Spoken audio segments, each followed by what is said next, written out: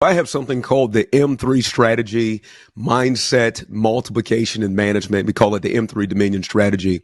And the basis behind it is that trading is 70% psychological. How many times have you been anxious? How many times have you had FOMO? How many times have you been candle chasing? And so in my classes, we talk about just the foundations of institutional buying and selling and really just working on your mindset and having clarity as you approach these markets.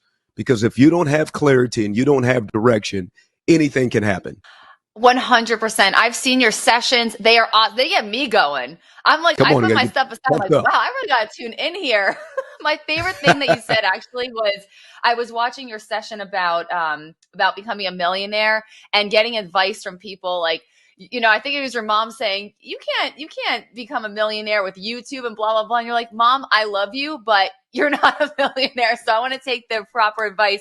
That's Coach, I awesome. love having you on the show. I'm like levitating right now.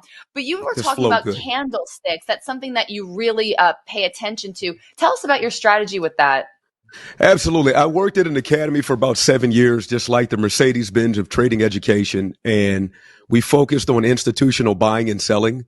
And so I say that the candles speak a language and that you can find areas of unfilled and filled orders.